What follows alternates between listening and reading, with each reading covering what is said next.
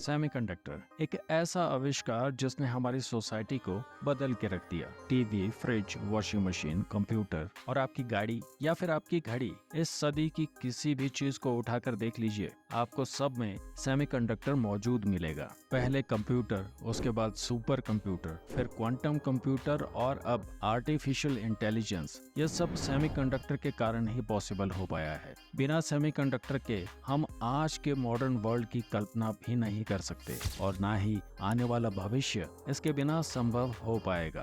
और इतनी सी बात को समझने के लिए हमें रॉकेट साइंस की जरूरत नहीं है, क्योंकि दोस्तों आप जिस भी डिवाइस पर यह वीडियो देख और सुन रहे हैं, बिना सेमीकंडक्टर के आपके इस डिवाइस का अस्तित्व ही नहीं होता। और भविष्य में हमें सेमीकंडक्टर के ऐसे आविष्कार देखने को मिलेंगे जो अभी तक हमने साइंस फिक्शन मूवीज में देखे हैं। आने वाले समय में हम इंसान सिम्बायोट बन जाएंगे। दोस्तों, सिम्बायोट ऐसे इंसान होंगे जिनके अंदर टेक्नोलॉजी को इंटीग्रेट किया जाएगा, क्योंकि इस तरह की टेक्नोलॉजी ऑलरेडी डेवलप की जा रही है।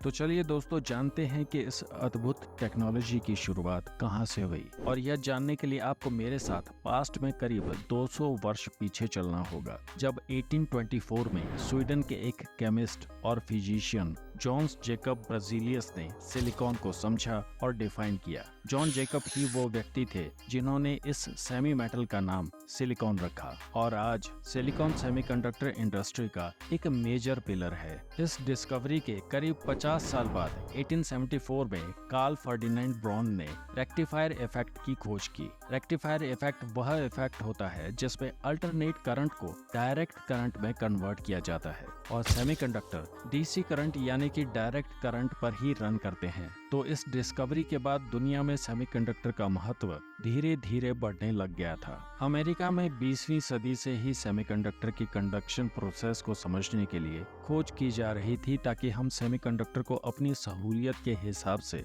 इस्तेमाल कर सकें। और 1947 में 3 अमेरिकी scientist John Bardeen, Walter House Brattain और विलियम शॉकले ने जर्मेनियम से बना सेमीकंडक्टर तैयार किया, जो करंट के फ्लो को इन्फ्लुएंस कर सकता था, जिसे आज हम ट्रांजिस्टर के नाम से जानते हैं। और ये एक रेवोल्यूशनरी इन्वेंशन था जिसने सेमीकंडक्टर इलेक्ट्रॉनिक्स की फील्ड को बदल के रख दिया, क्योंकि इस इन्वेंशन के ठीक 10 साल बाद दुनिया के पहले बिल्ट इन ट्रांजिस्टर डिवाइस को मास प्रोड्यूस किया जाने लगा, और ये डिवाइस था ट्रांजिस्टर रेडियो। ट्रांजिस्टर रेडियो के बनने के बाद सेमीकंडक्टर इंडस्ट्री में रैपिड ग्रोथ देखने को मिली। दुनिया के अलग अलग देशों में इस फील्ड पर नए नए इन्वेंशन शुरू हो गए, जिनमें अमेरिका, जापान, ताइवान और चीन ऐसे देश बन गए जिन्होंने सेमीकंडक्टर मैन्युफैक्चरिंग में महारत हासिल कर ली। और इन सब देशों में ताइवान एक ऐसा देश है जहां की बनी हुई सेमीकंडक्टर चिप्स दुनिया के 70% डिवाइसेस में इस्तेमाल होती है, जिसका मतलब है ताइवान पूरी दुनिया की सेमीकंडक्टर इंडस्ट्री में 70% का शेयर होल्ड करता है। और वहीं आज भारत ने सेमीकंडक्टर इंडस्ट्री में अपना पहला कदम रखा है। इस समय भारत में जिस तेजी से सेमीकंडक्टर टेक्नोलॉजी पर काम हो रहा है, उसे देखकर लगता है कि आने वाले समय में इस फील्ड में भारत का भी एक बड़ा शेयर होगा। दोस्तों, ऐसा नहीं है कि भारत ने इससे पहले सेमीकंडक्टर मैन्युफैक्चरिंग का प्रयास नहीं किया। 1984 में भारत की कंपनी सेमीकंडक्टर कॉम्प्लेक्स लिमिटेड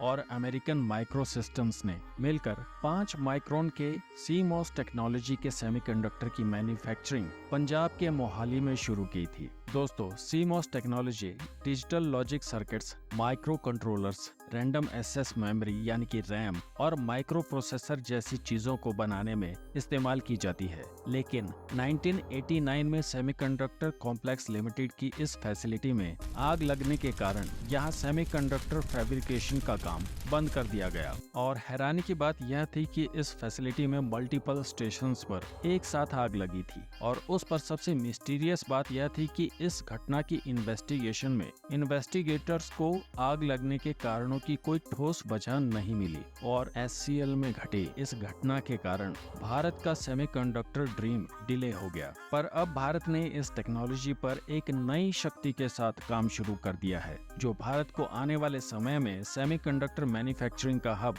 बना देगा।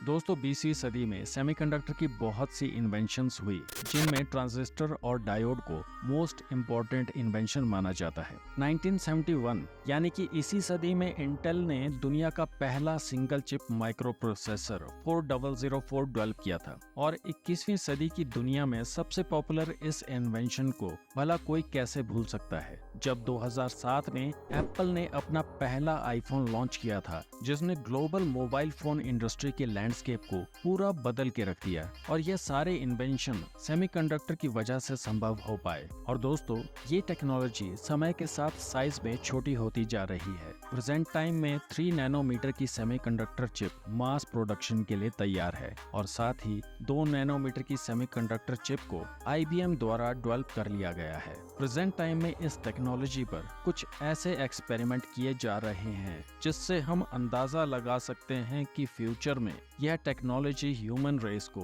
किस दिशा में ले जाएगी। मुझे उम्मीद है कि आप सभी ने आर्टिफिशियल इंटेलिजेंस के बारे में जरूर सुना होगा और आप में से बहुत से लोग आर्टिफिशियल इंटेलिजेंस का इस्तेमाल भी करते होंगे। इस समय यह आर्टिफिशियल इंटेलिजेंस हमारे इलेक्ट्रॉनिक डिवाइसेस लाइक कंप्यूटर और मोबाइल्स तक ही सीमित है, लेकिन न्यूरालिंक एक ऐसी कंपनी है जो आर्टिफिशियल इंटेलिजेंस को ह्यूमन बॉडी में इंटीग्रेट करने के लिए ट्रायल्स शुरू कर चुकी है। न्यूरालिंक एलॉन मस्क की कंपनी है जिसने ब्रेन कंप्यूटर इंटरफेस को तैयार कर लिया है और इस डिवाइस का साइज एक छोटे से सिक्के जितना है। और इतना ही नहीं दोस्तों, न्यूरालिंक ने इस ब्रेन कंप्यूटर इंटरफेस को अपने पहले ह्यूमन पेशेंट नोलैंड आर्बाग के ब्रेन में इम्प्लांट कर दिया है। Although he is special able person, पर इस इम्प्लांट के बाद इन्होंने बिना किसी फिजिकल एक्टिविटी के अपने ब्रेन पावर और इस इंटरफेस की मदद से कंप्यूटर को ऑपरेट किया। हालांकि अभी ये टेक्नोलॉजी अपने स्टार्टिंग फेज में है, पर हम इस एक्सपेरिमेंट से अंदाजा लगा सकते हैं कि भविष्य में इंसान और टेक्नोलॉजी एक हो जाएंगे।